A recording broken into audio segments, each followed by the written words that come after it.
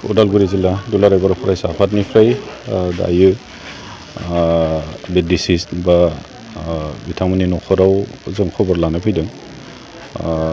बिथांमोना दासिमबो मोनफैयाखै, न'सिम लाबोनो हायाखै। पस्टमर्टेमनि थाखाय दा एसे लाहार फाहार खालामबाय थानाय जादों होननानै बिफानिफ्राय खबर मोनदों। न'खराव जों खबर लानो फैदों। जों माखासे बाथ्राफोरखौ एसे माने सोंफ्लदों, हजों बिफाजोंबो सावरायदों।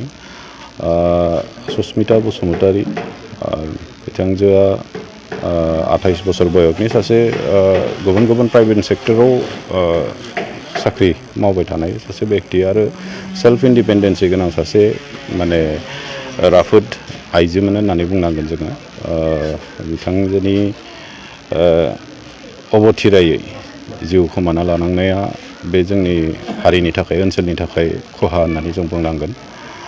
आरो जोङो बिनि कमप्लिट जिथु जाथाय, बे जाथायखौ जोंबो एसे बिथिं खबर लानाय जादों आरो मिथिनो मोनदों जे बिथांजोहा माने मोजां मोननाय सासे दङमोन, आकाश प्रसाद होननाय सासे सेंग्राजों मोनसे रिलेसनशिपआव दङ होननानै खबर मोनदोंमोन। दा थांनाय मंगलबारखालि हरावबो बिसोरो जयैनो एखेलगे फ्राय साथाम साब्रैसो जयैनो दङमोन होननानै जों मिथिनो मोनदों। बिनि उनाव हरनि गेजेराव मा जाथाय जालांखो खोब बेबायदि दासिमहालागै लाइटआव फैयाखै।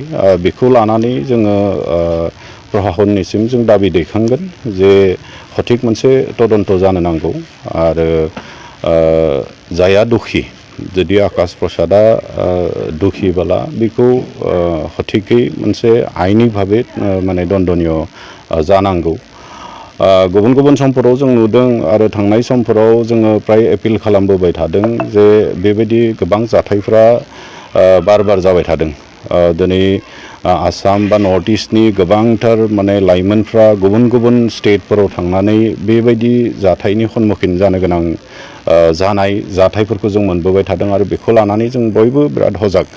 आरो बेजों लोगोसे दिनै गुबुन स्टेटफोरावथ' बेबायदि जाथायफ्रा जादोंआनोसै, जोङो भिक्टिम जादों एज ए नर्थ इस्टार्न जोङो इयुथ्स बा नर्थ इस्टार्न जोङो हिसाबै जोङो गुबुन स्टेटफोराव जों भिक्टिम जाबाय थादों। खिन्थु दिनैनि जाथाय आरो सिगांनि समफोरावबो गोबांथार बेबायदि जाथाय गुवाहाटियावबो, जायखौ जों गावनि न'खर होननानै जोङो सानो, गावनि न' होननानै जों सानो, बेबायदि गावनि न'आवबो जोंनि लाइमोनफ्रा, जोंनि इयुथ्सफ्रा, जोंनि फरायसाफ्रा जे सिकिउर्ड नङा, बेयो जोंनि थाखाय खोब माने दुखु गोनां बाथ्रा। आरो बेखौ लानानै पुलिस प्रशासन आरो गासैबो जथेस्थ'खिनि कनसियास जानो गोनां जोंहा दङ होननानै सानो। आरो बेखौ जुदि होबथानांगौब्ला जों प्रशासन आरो आइनिक भाबै किसुमान माने एग्जामपोलारि माखासे माने बेबायदि डिसिसन, एग्जामपोलारि माने दन्दनीय बेबायदि होनांगोन, जाय दन्दनीयखौ नुयोब्लानो सोरबा दुष्कृतिकारिफ्रा बेफोरबायदि खामानिखौ मावनो माने एसेब्लाबो गोजांखाङो।